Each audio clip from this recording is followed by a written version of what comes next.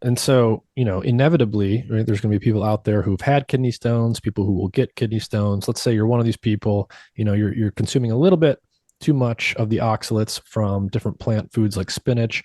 These microcrystals start to form, calcium and oxalates form calcium oxalate.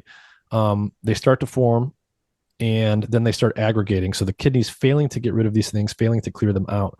What is causing that?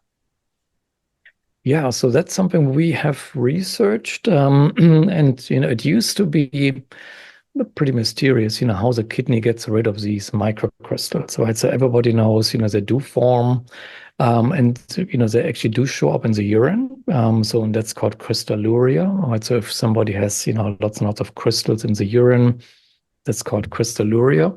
And pretty much every normal person even pees out millions of these microcrystals every day with the urine. So it's kind of how the kidney gets rid of them.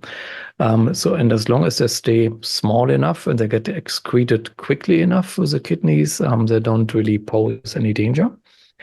But every once in a while they do aggregate and, the kidney gets overwhelmed and they get, lodged in those kidney tubules.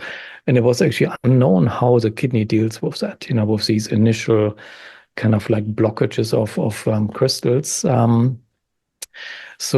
We published a paper back in 2019 where we actually figured out how this works. And I think, a brilliant move of evolution. What we found is that, once a kidney tubule is blocked with like an aggregate of crystals, the plumbing essentially widens, right? So the tubule, has usually a very small diameter. But with a crystal stuck in them, the tubule just gets much bigger, right? So you get a, doubling, tripling or so of the tubule diameter, Mhm. and that allows that tubule to flush out the crystal and get rid of it. And then after about a week or so, the tubule is back to the normal diameter, so it will reestablish its diameter. And that is actually controlled by signaling pathways in those kidney tubule epithelial cells. And if you block them, for example, the tubule cannot widen, and you get worse. You will get worse crystal burden, and the kidney cannot excrete them. So it's almost like in your house, your kitchen sink, is connected to the plumbing. You put too much grease and coffee grinds down there, it gets stuck eventually.